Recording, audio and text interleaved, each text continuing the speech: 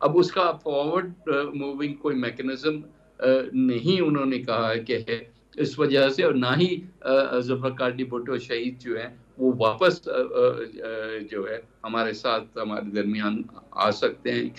تو اس لحاظ سے بھی ایک فائنلٹی آ گئی ہے.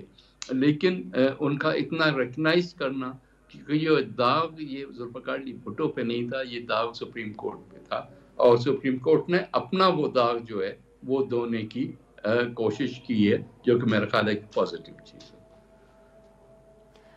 نوید صاحب، آبویسلی آپ لوگوں نے یہ ریفرنس کافی عرصہ پہلے فائل کیا تھا، بیچ میں افتخار چودھری صاحب کی کورٹ نے کچھ تھوڑے عرصے کے لیے سنا، پھر سب بھول ہی گئے تھے اس معاملے کو جب تک قاضی فائز عیسیٰ صاحب نے اس کو دوبارہ نہیں اٹھایا. پر سر جو یہ بات انہوں نے کی کہ اس کے اندر کوئی میکنزم قانون اور آئین میں ایسا نہیں ہے جس سے جو بھٹو فیس کا فیصلہ ہے، بھٹو کیس کا فیصلہ ہے، اس کو کالعدم قرار دیا جائے. سر کیا یہ ایک ایسا قانونی نقطہ ہے جس کے اوپر پاکستان پیپلز پارٹی اب غور کرے گی کہ کیا is there a need for legislation here? یہ تو واقعہ آ کے گزر گیا، مگر ہو سکتا ہے ایسے اور بھی بہت سے فیصلے ہوں جن کے اوپر شاید تاریخ کی خاطر یا جسٹس کی خاطر ہم سب لوگوں کو لگے، معاشرے کو لگے کہ سپریم کورٹ سے دوبارہ رجوع کرنا چاہیے، مگر وہی والی بات کہ کالعدم بھی قرار نہیں دیا جا سکتا. کوئی اب آپ اس پہ لیجسلیشن کے بارے میں سوچیں گے؟ دیکھیں عارفہ، پہلی چیز تو یہ ہے کہ اس ساری چیز پہ کامنٹ تب کریں گے جب ڈیٹیل ججمنٹ آئے گی کہ کیا آرگیومنٹس یوز ہوئے ہیں یہ ساری باتیں سامنے رکھنے کے لیے.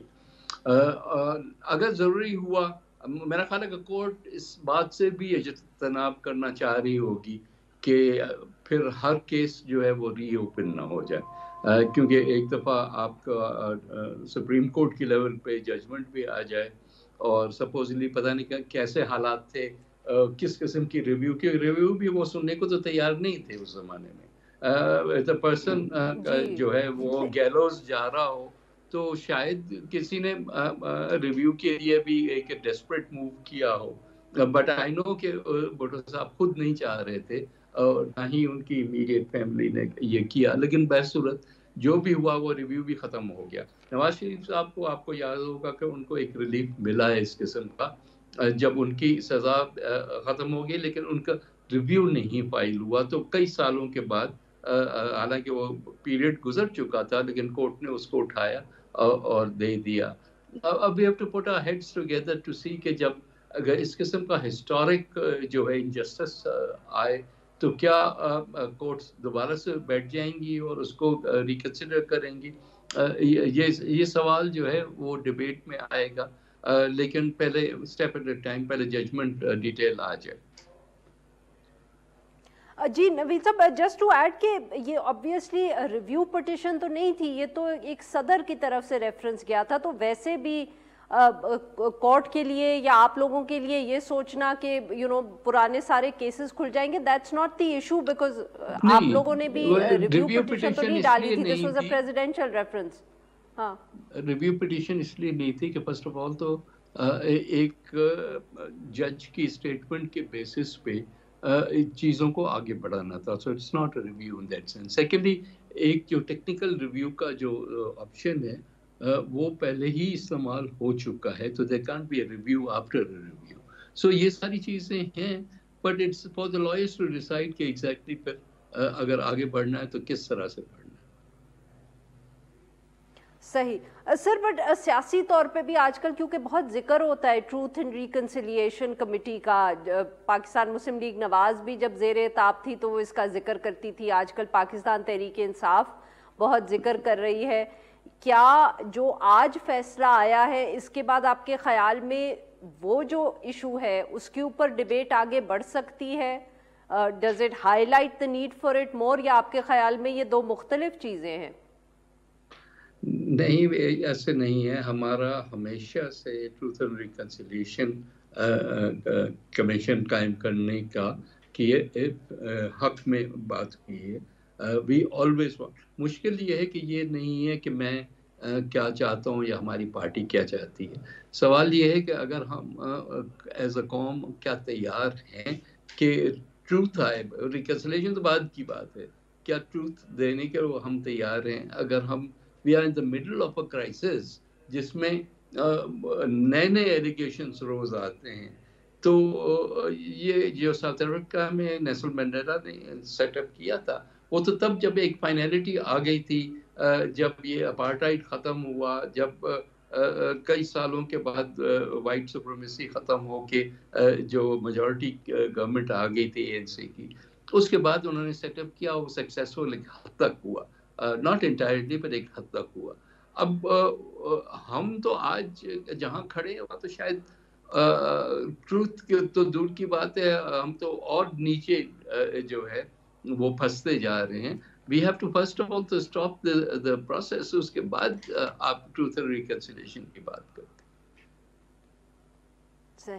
جی اور نوید صاحب ویری کوئکلی, آبویسلی بہت جیسے ہم کہہ رہے ہیں کہ تاریخی فیصلہ ہے, پر سر آج کل بھی سپریم کورٹ پر یہ بھی تنقید ہو رہی ہے کہ وہ پرانے معاملے جہاں انصاف نہیں ہوا تھا ان کو تو دیکھ رہے ہیں, مگر ساتھ ساتھ جو اس وقت بہت سے ایسے شاید کیسز ہوں جہاں انصاف نہیں مل رہا, اس کے اوپر نہ تو سپریم کورٹ کی توجہ جا رہی ہے اور نہ وہ ان چیزوں کو دیکھنے کی کوشش کر رہے ہیں. So in a way do you think the process of continues? نہیں, ہم دیکھیں یہ تو زیادتی ہے جو یہ بات کر رہے ہیں. I'm assuming کہ آپ پی ٹی آئی اور عمران خان صاحب کی بات کر رہی ہیں. پوائنٹ اس کہ وہ ابھی تک تو صرف ٹرائل کورٹ کی سٹیج پہ جو بھی سزائیں ہیں وہ ٹھیک ہے, وہ سمجھتے ہیں کہ زیادتی ہوئی ہے, فائن, تو اپیلیٹ سٹیجز کو تو انووک کریں, کرٹیسائز پہلے کرتے ہیں, انووک بعد میں کرتے ہیں. ابھی تک تو میں نے کسی ہائی کورٹ میں اس کی اپیل نہیں دیکھی, لیٹ الون سپریم کورٹ. تو بجائے اس کے ہر ایک کے اوپر اٹیک کرنا اور گالی گلوچ کرنا اور سوشل میڈیا کو استعمال کرنا. سر میں تو معاف کریے گا آپ کی بات کاٹ رہی ہوں, بٹ میں وہ بلے کے نہیں سر معاف کریے گا, میں پاکستان تحریک انصاف, میں عمران خان صاحب کا ذکر نہیں کر رہی تھی. میرا تو تھا جو تنقید ہوئی, جو فیصلہ آیا پی ٹی آئی کے انٹرا پارٹی الیکشنز اور اس کے بعد سمبل لے لینے کے حوالے سے. نہیں وہ تو ہے نا, اگر اب انفارچونیٹلی وہ گریونس ان کا رہے گا, لیکن ان کا گریونس یہاں بند نہیں ہوتا نا. ان کے تو پھر گریونسز باقی خان صاحب کے ٹرائل سے 3 سزائیں آ جانا, وہ ساری چیزیں بھی تو ہیں نا. اس کے بعد سبسیکوینٹلی اس کا کانسیکوینس یہ ہوا کہ ان کو ریزرو سیٹس نہیں ملی, اب وہ بھی کورٹس میں ہے. تو یہ ساری باتیں نا, it's not a one point issue. وہ جو سپریم کورٹ نے سپوزٹلی ان کو جو وہ کہہ رہے ہیں کہ ان کے ساتھ زیادتی ہوئی, اس کا تو انہوں نے مداوع کر لیا یوزنگ فوکسڈ سوشل میڈیا, اور بیٹھ کا ان کو فرق ہی نہیں پڑا اگر آپ ریزلٹس کو دیکھیں. لیکن چیزیں تو آگے بڑھنی چاہیے نا.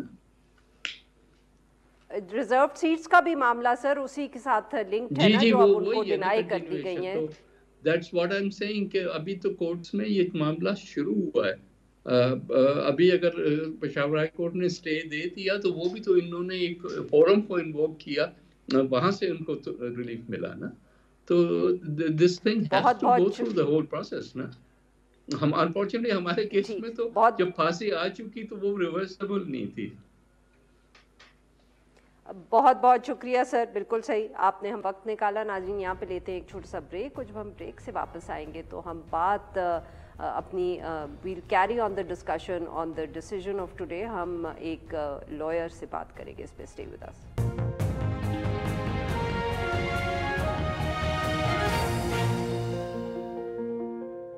ویلکم بیک ناظرین, ہم گفتگو کر رہے ہیں جو ذوالفقار علی بھٹو صاحب کی پھانسی کے حوالے سے آج سپریم کورٹ نے فیصلہ سنایا ہے, اور اسی پہ اب ہم بات کریں گے, ایک انڈیپینڈنٹ ویو لیں گے لیگل پوائنٹ آف ویو سے. اور ہمارے ساتھ موجود ہے فیصل صدیقی صاحب, سینئر قانون دان ہیں, بہت گہری نظر رکھتے ہیں ایسے معاملات پہ. ویلکم ٹو دا شو سر. فیصل صاحب, سر سب سے پہلے تو یہ بتائیے گا کہ تاریخی فیصلہ, لینڈ مارک ڈیسیژن, آپ اس کو ایسے ہی دیکھ رہے ہیں سر؟ جی بالکل, اس میں کوئی شک نہیں ہے کہ یہ ایک لینڈ مارک ڈیسیژن ہے which shows judicial courage and judicial creativity. اور یہ لینڈ مارک ڈیسیژن 2 وجوہات کی وجہ سے. پہلی وجہ یہ ہے کہ آف کورس اس ملک کے جو کانسٹیٹیوشن کے فاؤنڈر تھے اور جمہوریت کے فاؤنڈر تھے ذوالفقار علی بھٹو صاحب، ان کے اوپر جو ایک داغ لگا ہوا تھا ایٹ لیسٹ اسٹیٹ انسٹیٹیوشنز کی طرف سے، وہ فائنلی آج ریموو کر دیا گیا ہے۔ لیکن جو دوسری ریزن ہے وہ زیادہ امپورٹنٹ ہے، وہ یہ ہے کہ جوڈیشری نے، اور خاص طور پہ سپیریئر جوڈیشری نے یعنی سپریم کورٹ نے، یہ آج کے فیصلے میں یہ بات ایکسیپٹ کر لی ہے کہ اس کا ایک کلوژن تھا with the then military dictator Zia ul-Haq, اور انہوں نے لفظ استعمال کیا ہے not president Zia ul Haq, not roller Zia ul Haq but military dictator Zia الحق، اس کے ساتھ ایک کلوژن تھا۔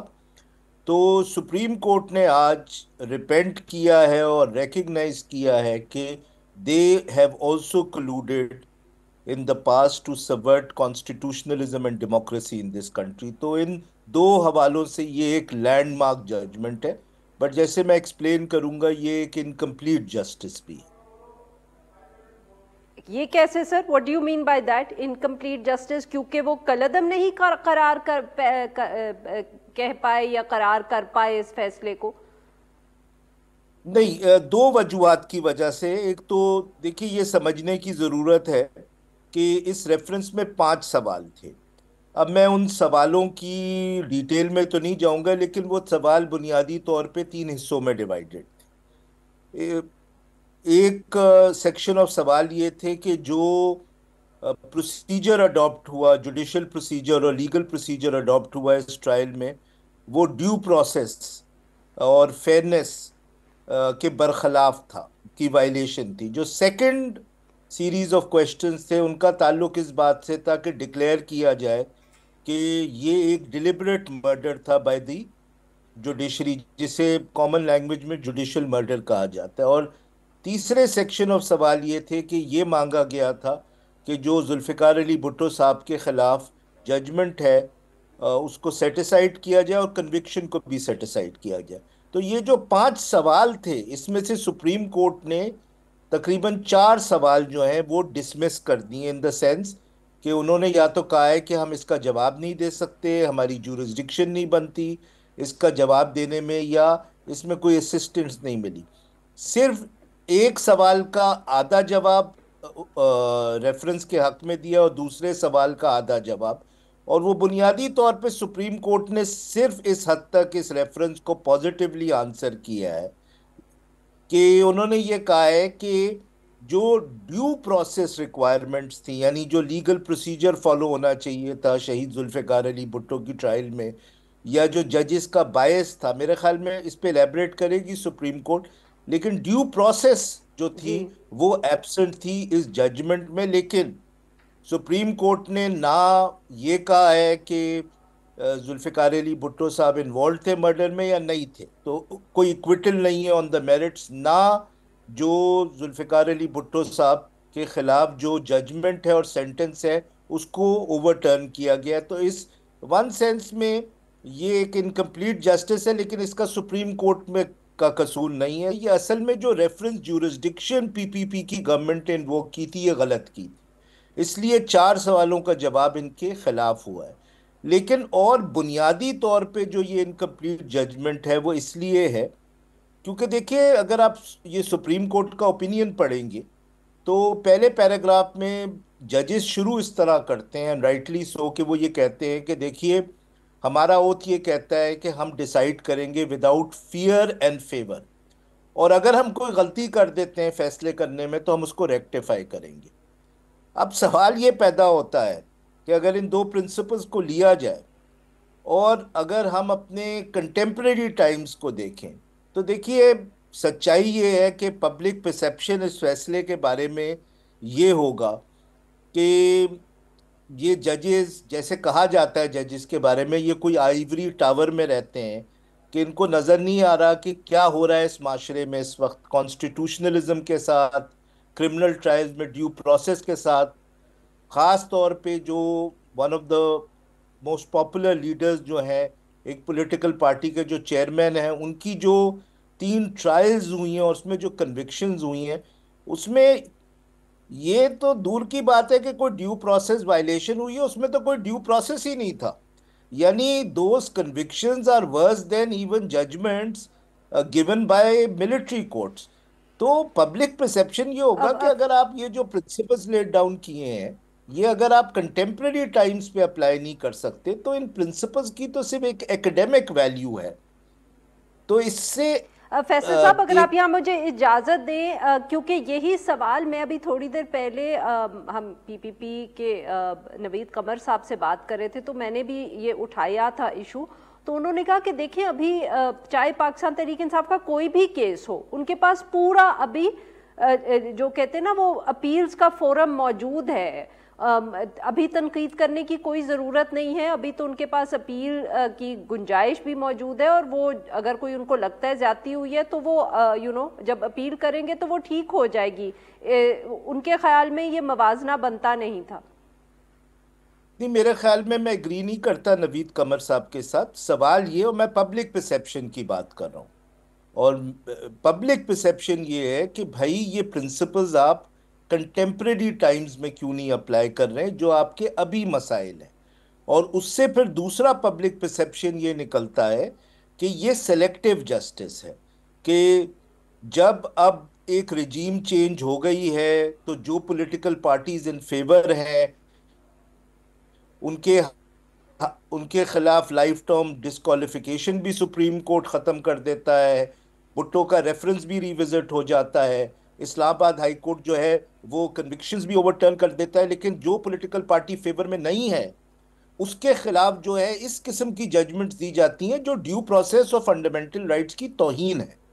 تو بہت امپورٹنٹ ہے کہ سپریم کورٹ بہت بہت بہترین فیصلہ ہے، اور شہید Zulfiqar Ali Bhutto has been vindicated once more. But اگر ہم چاہتے ہیں کہ ایسے فیصلوں کا امپیکٹ ہو تو ہمیں سمجھنا ہوگا کہ اگر ہم ان پرنسپلز کو to decide without fear and favour, جو سپریم کورٹ کہتا ہے، وداؤٹ اینی سلیکٹیوٹی، تو ہمیں ان فیصلوں کو کنٹمپریری جو ہمارے حالات ہیں، میسیولی رگڈ الیکشنز ہو رہے ہیں، میسیولی اللیگل ٹرائلز ہو رہی ہیں، جیل ٹرائلز ہو رہی ہیں، ان پہ اپلائی کیا جائے. نہ تو ایسے فیصلوں کا وہی حشر بالکل صحیح ہوگا سر. جو دو پہلے پرانے فیصلوں کا ہوا تھا کہ آپ کو معلوم ہے اسما جیلانی نے 1972 میں جی سر. مارشل لاء کو اللیگل ڈکلیئر کیا، لیکن 77 میں مارشل لاء لگ گیا. پھر اصغر خان کیس میں 2010 میں بالکل ٹھیک سر. الیکشنز کی مینیپولیشن کے خلاف ججمنٹ آئی، لیکن پھر بھی 2018 اور 2024 میں الیکشنز ریگ ہو گئے. اگر ہم یہ روکنا چاہتے ہیں تو these principles have to be applied to current circumstances. بہت بہت شکریہ سر، آپ نے وقت نکالا. ناظرین یہاں پہ لیں گے ہم ایک چھوٹا سا بریک. جو ہم بریک سے واپس آئیں گے تو ہم بات کریں گے فارم 45 کے حوالے سے، جس پہ کل سے بہت شور مچا ہوا ہے. Stay with us. Welcome back ناظرین. پروگرام کے اس حصے میں ہم ذکر کریں گے 2024 کے الیکشنز کا. جو کنٹروورسی ہے، ہم کہہ سکتے ہیں جو تنقید ہے، وہ ابھی ختم ہونے کا نام نہیں لے رہی. اسی حوالے سے الیکشن کمیشن پر جو ایک بات یا ایک تنقید ہو رہی تھی اور قانونی طور پہ ہو رہی تھی وہ یہ تھی کہ الیکشن ایکٹ 2017 کے مطابق یہ لازمی ہے کہ الیکشن کمیشن جو ہے 14 دن الیکشنز کے اندر وہ اپنی ویب سائٹ پہ سب جو فارمز ہیں الیکشنز کے حوالے سے، چاہے وہ فارم 45 ہو یا باقی جو اتنے ابھی مشہور نہیں ہوئے، ان سب کو اپلوڈ کر دے. مگر تقریباً کوئی مہینہ گزر گیا، فائنلی گزشتہ روز الیکشن کمیشن نے یہ جو سب فارمز ہیں یہ اپنی ویب سائٹ پر اپلوڈ کیے، جاری کیے. ان میں فارم 45 بھی تھا، 46 48 49 یہ صوبائی اور نیشنل اسمبلی سب کے انہوں نے جاری کر دیے. مگر یہ فارمز جب ایک دفعہ اپلوڈ ہو گئے تو پھر ان کے اوپر ایک دفعہ گفتگو شروع ہو گئی کہ یہ الزام لگنا شروع ہو گیا کہ ان کو ٹیمپر کیا گیا ہے، ان کے اندر کچھ تبدیلیاں کی گئی ہیں. اسی حوالے سے پاکستان تحریک انصاف نے تھوڑی عرصہ پہلے ہی ایک پریس کانفرنس بھی کی جس میں ان کے ایک سینئر ممبر تیمور جھگڑا صاحب نے یہ کہا کہ الیکشن کمیشن نے یہ جو اپلوڈ کیے تھے فارمز، ان میں سے کچھ پھر اپنی ویب سائٹ سے ہٹا دیے گئے ہیں. یہ جو اب فارم 45 ہیں کتنی زیادہ پاکستان تحریک انصاف کا جو الزام ہے یا اور لوگ یہ الزام لگا رہے ہیں اس میں کتنی صداقت ہے، اس حوالے سے ہم گفتگو کریں گے. اور ہمارے ساتھ موجود ہیں آج سرور باری صاحب، سربراہ ہیں پتن آرگنائز کے، بہت عرصے سے الیکشنز کے حوالے سے یہ کام کر رہے ہیں. اور ہمیں جوائن کیا ہے عرفان سدوزئی صاحب نے، نمائندہ ہیں ڈان نیوز اسلام آباد. ویلکم ٹو دی شو جنٹلمن. عرفان صاحب آپ سے گفتگو کا آغاز کریں گے.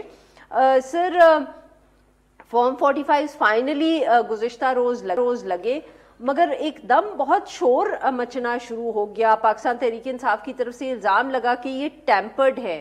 سر آپ نے، کیونکہ آپ الیکشن کمیشن کو کور کرتے ہیں اور دیکھتے ہیں سارے معاملے کو، آپ کو کچھ اس طرح کی ان کی الزامات میں کچھ سچائی لگی؟ Did you look at those forms? دیکھیے، ایک تو انہوں نے یہ جو 26 دن کے بعد فارم اپلوڈ کیے، اس کی ریزن بھی ہمیں دیکھنا ہوگی کہ اتنے دن انہوں نے کیوں نہیں اپلوڈ کیے. پوری قوم شور مچا رہی تھی، ہر آدمی. آپ نے ان سے پوچھا تھا؟ ہم نے بارہا پوچھنے کی کوشش کی، میرا خیال ہے ہمیں انہوں نے جواب دینا مناسب نہیں سمجھا. ہم نے ان کو کہا بھی کہ پوری قوم یہ جاننا چاہ رہی ہے، ہم سے لوگ سوال کرتے ہیں جب فیلڈ میں ہوتے ہیں، اور چونکہ ہم ایک برج ہیں الیکشن کمیشن کے بیچ میں اور میڈیا کے بیچ میں، تو رپورٹرز کو انہوں نے آج دن تک نہیں بتایا کہ کیوں نہیں اپلوڈ کیا گیا. ہائی کورٹ میں جو پٹیشن لگی، آپ کے یہ علم میں ہوگا کہ MWM کی طرف سے پٹیشن لگی اور آج اس کی سماعت ہوئی چیف جسٹس کی طرف سے، اور اس میں یہ کہا گیا کہ فارم اب تک اپلوڈ کیوں نہیں کیا گیا. انہوں نے ڈیٹیلز مانگی ہیں ساری، اور میرا یہ خیال ہے، میرا یہ گمان ہے کہ ہائی کورٹ کی وجہ سے انہوں نے پریشر میں آ کے یہ کیا، ادروائز وہ باؤنڈ تھے. الیکشن ایکٹ جو ہے وہ انہیں باؤنڈ کرتا ہے 95، اور اس کا جو سب سیکشن 10 ہے وہ یہ کہتا ہے کہ آپ کو 14 روز کے اندر اپلوڈ کرنے ہیں. اگر آپ نہیں کر پاتے کسی بھی وجہ سے تو آپ کو اس کی ریزنز دینی ہے، اور نہ صرف اس کی ریزنز دینی ہے، آپ کوئی بھی کام الیکشن سے متعلق ڈیلے ہوتا ہے تو آپ کو باقاعدہ اس کی وجوہات بیان کرنی ہے. ریٹرننگ افسران اگر نتائج دیر کر رہے ہیں دینے میں تو اس کی بھی وجوہات بیان کرنی ہے. رات کو 2 بجے تک الیکشن کمیشن نتائج اناؤنس کرنے کا پابند ہے، مکمل نتائج، لیکن ہم نے دیکھا کہ پہلا نتیجہ ہی رات کو 2 بجے آیا. اور وہ نتیجہ کیسے آیا آپ کے سامنے کہ چیف الیکشن کمشنر 2 گھنٹے کے لیے آفس سے غائب ہو گئے، اور 2 گھنٹے کے بعد آ کے انہوں نے ایک تھریٹننگ قسم کی بالکل ہی شارٹ اور بڑی کلیئر قسم کی پریس ریلیز انہوں نے جاری کی، اور وہ آروز کو انہوں نے کہا کہ اگر آپ نے نتائج نہ بھیجے تو آپ کے خلاف ایکشن لیا جائے گا. اور لیکن ہم نے دیکھا کہ پورا دن ہم انتظار کرتے رہے اور بہت ہی سلو، کوئی ان کے خلاف کوئی کارروائی نہیں ہوئی. بالکل کوئی کارروائی نہیں ہوئی، آج تک نہیں ہوئی. اور دیکھیں کہ ہمیں جس طرح کی یہ بریفنگ دیتے رہے الیکشن سے پہلے، ہمیں بہت ہی انہوں نے اعتماد میں لیا. ان کے جو مختلف سینٹرز بنے ہوئے ہیں، ڈیٹا سینٹرز ہے، انہوں نے انٹرنیٹ کے حوالے سے ہمیں ایسی بریفنگ دی کہ اپنے سحر میں مبتلا کر دیا. لوگ کنسرن شو کر رہے تھے. ہم سیدھے جب بندے ہو جب ان کے سحر میں مبتلا ہو گئے، چھوڑے ان اے وے کہ جب آفیشل ایک ہائی لیول کے آفیشل ریاست کے نمائندے ہیں، وہ جب ریاست کے نمائندے کوئی آپ کو گارنٹی دے رہے ہوں کہ ہم نے اس طرح کا یہ سسٹم سیٹ اپ کر لیا ہے اور وہ IT بیس سسٹم ہے، تو ہم اس کے اوپر اس حد تک تو یقین کر رہے ہیں کہ میرا خیال ہے ہمیں کر لینا چاہیے کہ ٹھیک ہے. مگر پھر آپ کے سارے خواب پاش اور کتنا چور ہو گئے، نہ صرف ہمارے بلکہ پوری قوم کے.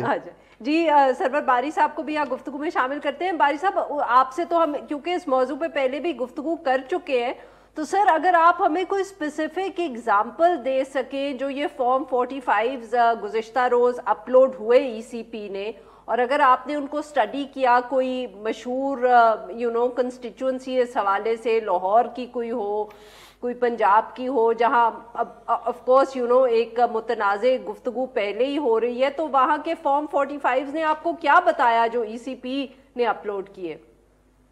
شکریہ جی.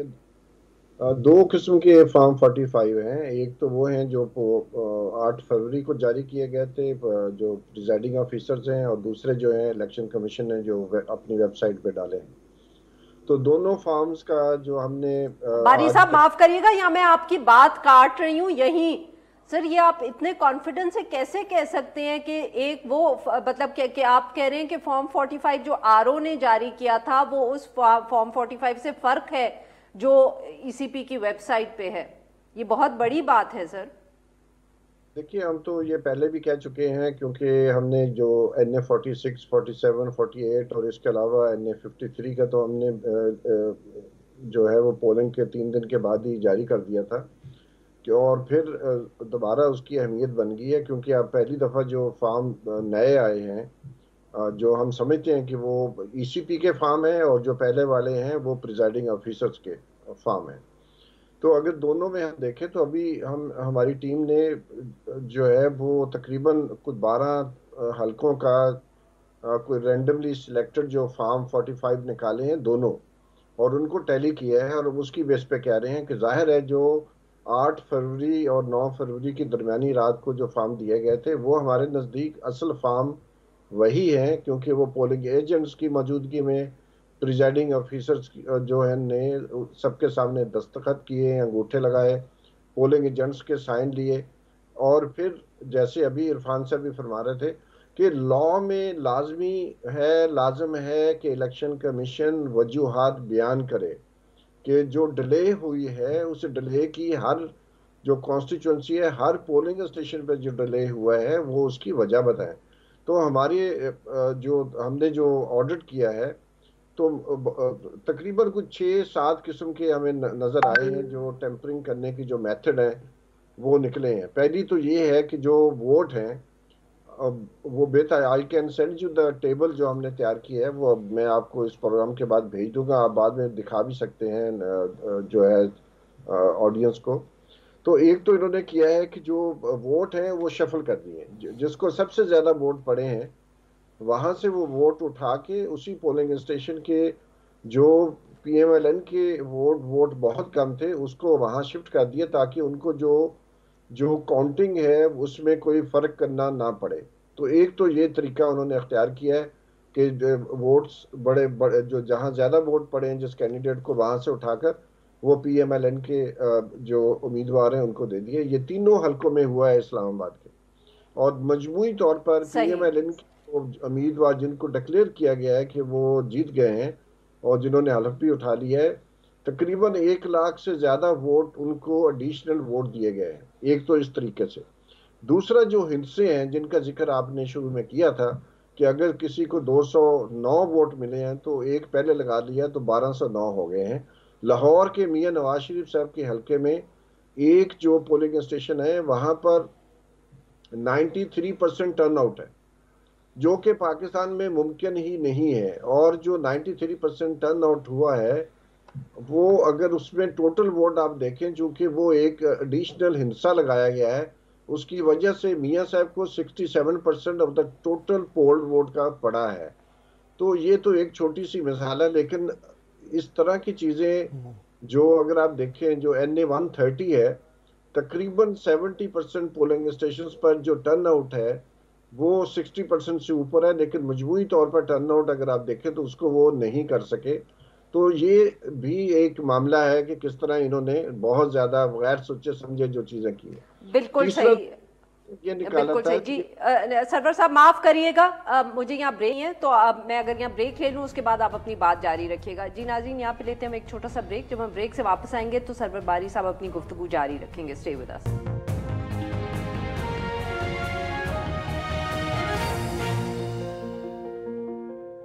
ویلکم بیک ناظرین، ہم گفتگو کر رہے ہیں سرور باری صاحب سے اور عرفان صدوزئی صاحب سے، اور ہم ان سے بات کر رہے ہیں فارم 45 کے حوالے سے جو الیکشن کمیشن نے گزشتہ روز اپنی ویب سائٹ پہ اپلوڈ کی۔ جی سرور صاحب آپ سر اپنا پوائنٹ مکمل کر لیں تو دین آئی ٹرن ٹو عرفان صاحب۔ میں نے اس وقت آپ کو انٹرپٹ کیا تھا بریک کی وجہ سے۔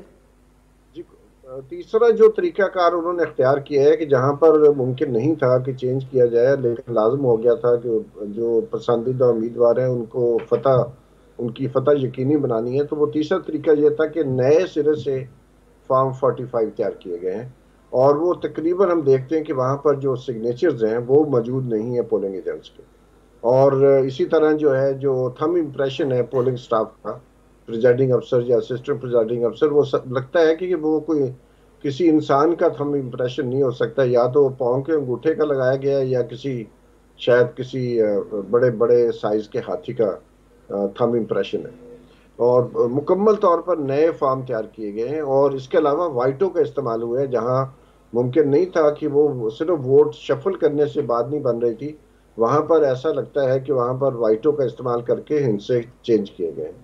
اور پھر جو ہے جان بوجھ کر لگتا ہے، میں اس لیے کہہ رہا ہوں جان بوجھ کر کہ کیونکہ یہ سب کچھ جان بوجھ کے کیا گیا ہے کہ جو جمع تفریق ہے اس میں گھپلا ہے، اس کو کوئی ایڈ اپ کریں آپ تو بات نہیں بنتی کہ ٹوٹل جو ووٹ پڑے ہیں کہیں تو خواتین کے ووٹ کتنے ہیں اس پولنگ اسٹیشن پر وہ بھی نہیں لکھا ہوا، اور جمع بھی نہیں کیا گیا کہیں جو جمع ہے وہ جو ایگریگیٹ ہے اس سے زیادہ بنتا ہے. تو اس طرح کی چیزیں بھی ہیں جان بوجھ کے کر دی گئی ہے کہ ٹوٹل جو ہے وہ بڑھا دیا گیا ہے. اور پھر آخری جو صفحہ ہے جس کے اوپر دستخط ہوتے ہیں اس میں بھی رد و بدل بہت زیادہ ہمیں نظر آتا ہے. لیکن دو چیزیں ثابت ہوتی ہیں اس سے, ایک تو کمپیٹنس کا ایشو ہے اور دوسرا انٹینشن کا ایشو ہے. دونوں ایشو ہیں, اور اس لیے چونکہ کمپیٹنس نہیں ہے اتنی, پہلے پلان نہیں تھا, ٹرن آؤٹ بڑھ گیا تھا ان کی توقع سے بہت زیادہ, اور اتنے زیادہ ارینجمنٹ نہیں تھے. حالانکہ وہ جو انٹرنیٹ بند ہوا 8300 کی ایکسس نہیں ہوئی. جی عرفان صاحب, آپ نے سنی سرور باری صاحب کی بات. Sir would you like to add something? آپ نے بھی کچھ دیکھے فارم 45؟ بالکل دیکھیں, بہت سارے جو کینڈیڈیٹس جب تک ٹریبونلز قائم نہیں ہوئے تھے وہ الیکشن کمیشن ہی آئے, اور جتنے بھی افیکٹوز تھے سب کے پاس فارم تھے, اور وہ صرف ایک پارٹی کے نہیں تھے. ہارنے والے کینڈیڈیٹس وہ ساری پارٹیز کے لے کے آئے ہوئے تھے جو ان کی کانسٹیچوئنسی کے. لیٹ اس سے کہ اگر پی ایم ایل این کا کینڈیڈیٹ جیتا ہوا ہے ٹاپ پوزیشن پہ, تو جو ہارنے والے جو کمپلین لے کے آئے ہوئے وہ 6 کینڈیڈیٹس ہیں, اور 6 اسلامی کا بھی ہوگا ایگزیکٹلی, تو 6 کینڈیڈیٹس کے فارم 45 ایک جیسے ہیں اور جیتنے والے کے کیسے مختلف ہیں. اور جب یہ ساری چیزیں الیکشن کمیشن کے سامنے گئی بھی ہیں, وہاں پہ سماعت ہوئی ہے, اس کے اوپر کوئی انکوائری نہیں, کچھ نہیں, انہوں نے بس بات سن کے فیصلہ محفوظ کر لیا, اور فیصلہ پی ایم ایل این کے حق میں آیا. فیصلہ پی ایم ایل این کے حق میں. اور دیکھیے 60 دن کا وقت ہے الیکشن کمیشن کے پاس, یہ ان کو الیکشن ایکٹ الاؤ کرتا ہے کہ 7 دن آپ سن سکتے ہیں کیسز کو. لیکن فیصلہ سننے کے بعد لوگ آ رہے ہیں, ہائی ایکسپیکٹیشنز ہیں الیکشن کمیشن سے, اور جب کیسز کی سماعت مکمل ہونے کے بعد فیصلہ یہ آ رہا ہے کہ آپ ٹریبونل میں چلے جائیں, اور ٹریبونل میں بھی آپ جب جائیں گے تو لنگر آن ہوں گی اتنی چیزیں, اور پھر دیکھیں حوصلہ ٹوٹ جاتی ہے. آپ کب تک کسی کیس کو فالو کرتے ہیں؟ ہم نے جو راولپنڈی کے کیسز ہیں, خاص کر کے لیاقت علی چٹھا صاحب کی, انہوں نے جب اس کے اوپر کویسچن ریز کیے اور انہوں نے ایڈمٹ کیا, سر یہ حلقہ بھی بتائیں نا, اس صرف این اے 55 کی میں آپ کو بتا رہا ہوں, این اے 56, این اے 57, ان کے اوپر سیریس کویسچن مارکس ہیں. وہاں پہ جو کینڈیڈیٹس ہیں اپوزیشن کے کینڈیڈیٹس, سب کے جتنے بھی فارم 45 ہیں وہ ایک جیسے ہیں, اور جیتنے والے کے مختلف ہیں. اور جو جیتنے والے کے ہیں وہ اگر آپ دیکھیں تو بالکل ایسے لگتا ہے کہ کسی پرائمری کلاس کے گورنمنٹ اسکول کے بچے نے وہ لکھا ہوا ہے. وہاں پہ وائٹنر یوز ہوئے ہوئے, خاص کر کے این اے 55 کا جو حلقہ ہے اس کے کچھ میں نے خود دیکھے, میں وٹنس ہوں اس کا, جہاں پہ راجہ بشارت فارمر لا منسٹر ہیں, پنجاب اسمبلی میں وہ رہے ہیں, بڑے پڑھے لکھے لائر ہیں. اور یہ ایسا نہیں ہے کہ ان کے فارم 45 یا کسی کے بھی چینج کر دیے گئے ہیں. آپ یہ دیکھیں کہ ان کے ساتھ رویہ کس طرح کا رکھا گیا. کیمپین کرنے کی اجازت نہیں دی گئی انہیں, اس کے علاوہ ان سے الیکشن سمبل لے لیے گئے. اس کے بعد ان کے جتنے بھی سپورٹر تھے, تجویز کنندہ, تائید کنندہ کو پہنچنے نہیں دیا گیا آر او کے آفس. اور اس کے بعد اگر یہ سب کچھ فارم 45 کے ساتھ ہو رہا ہے تو میرا خیال ہے یہ بہت زیادہ حیران کن نہیں ہے. اور اس میں الیکشن کمیشن کا رول بہت امپورٹنٹ ہے, اور انہوں نے اپنی ساکھ کو بہت زیادہ نقصان پہنچایا ہے. وہ اس وجہ سے کہ آج جو پلڈیٹ کی رپورٹ آئی ہے وہ بھی آپ دیکھ لیں. کس کی رپورٹ سر؟ پلڈیٹ, یہ جی پلڈیٹ نے آج بڑی ہمت کا مظاہرہ کرتے ہوئے میرا خیال ہے بہت ہی ایک جامع رزلٹس انہوں نے بتائے, اور انہوں نے کمپیریزن کیا ہے 2013 کے جو الیکشنز تھے, 2018 کے اور ابھی والے 2024 کے, اور انہوں نے بتایا ہے کہ یہ ورسٹ الیکشن تھے. اس میں جو لا اینڈ آرڈر کی سچویشن کے حوالے سے انہوں نے جو لا انفورسنگ ایجنسیز تھی ان کا بھی رول انہوں نے بتایا کہ بہت ہی خراب رہا. اس کے علاوہ انٹرنیٹ کے حوالے سے انہوں نے کہا کہ سیریس کویسچنز تھے, جس کی وجہ سے نہ صرف ٹرن آؤٹ کم رہا بلکہ لوگوں کو ووٹ ڈالنے میں مشکلات ہوئیں, پولنگ سٹیشن ڈھونڈنے میں مشکلات ہوئیں. اس کے علاوہ الیکشن کمیشن کا اپنا رول کہ انہوں نے ابھی تک کسی بھی قسم کی انکوائری کا حکم نہیں دیا. الیکشن یعنی آپ 2 بجے تک لوگ انتظار کر رہے ہیں کہ کوئی نتیجہ آ جائے. ہم یہ نہیں کہتے کہ انٹرنیٹ ٹھیک ہے آپ نے بند کر دیا, بلوچستان میں مسئلہ ہو سکتا ہے, کے پی میں کہیں دور دراز علاقوں میں مسئلہ ہو سکتا ہے. 70% ہمارے ملک میں جو ہے وہ یہ دعویٰ کرتے ہیں کہ کنیکٹیوٹی ہے, لیکن 30% آپ کا ایریا کنیکٹڈ نہیں ہے انٹرنیٹ کے ساتھ. اور جب آپ نے یہ سسٹم تیار کیا تو بیک اپ کے اوپر کچھ بھی نہیں تھا. آپ نے جو رزلٹ اناؤنس کیا اور جو رزلٹ ٹی وی کے اوپر دکھایا وہ ایکسل کی شیٹیں تھیں. وہ بلین آف روپیز 2 یا 3 ارب روپیہ آپ نے جو ایلوکیٹ کر کے آپ نے دیا لوگوں کو, وہ کس کو دیا اور وہ کیا سسٹم بنا جو بیٹھ گیا؟ کیوں نہیں بات ہو رہی اس کے اوپر؟ الیکشن کمیشن کیوں اس کے اوپر انکوائری نہیں کر رہا؟ یہ بھی آج انہوں نے اس کے اوپر کویسچن ریز کیا ہے کہ جو الیکشن مینجمنٹ سسٹم تھا یہ جب بیٹھ گیا تو اس کے اوپر الیکشن کمیشن نے ابھی تک کوئی جواب نہیں دیا. بالکل ٹھیک. 30 سیکنڈز باری صاحب آپ کچھ ایڈ کرنا چاہیں گے سر؟ جی میں تو صرف یہ کہنا چاہوں گا کہ تمام جو فارم 45 ہیں سرور باری صاحب, اور وہ سارے فارم جو ہیں وہ ڈسٹرکٹ سیشن جج کی موجودگی میں ہر ڈسٹرکٹ میں جو ہے لائیو ان کا آڈٹ ہونا چاہیے, لائیو ٹیلی کاسٹ ہونا چاہیے, تاکہ جو بھی ہے پانی اور دودھ جو ہے الگ الگ کیا جا سکے کہ کتنی گڑبڑ ہے, دودھ میں کتنا پانی ملایا گیا ہے. اور وہ قوم اس مخمصے میں زیادہ عرصہ نہیں رہ سکتی, اور اس کا حل نکالنا اشد ضروری ہو چکا ہے. بہت بہت شکریہ ہمارے دو مہمانوں نے ہمارے لیے وقت نکالا. ناظرین آج کے لیے بس اتنا ہی. We'll be back tomorrow at the same time.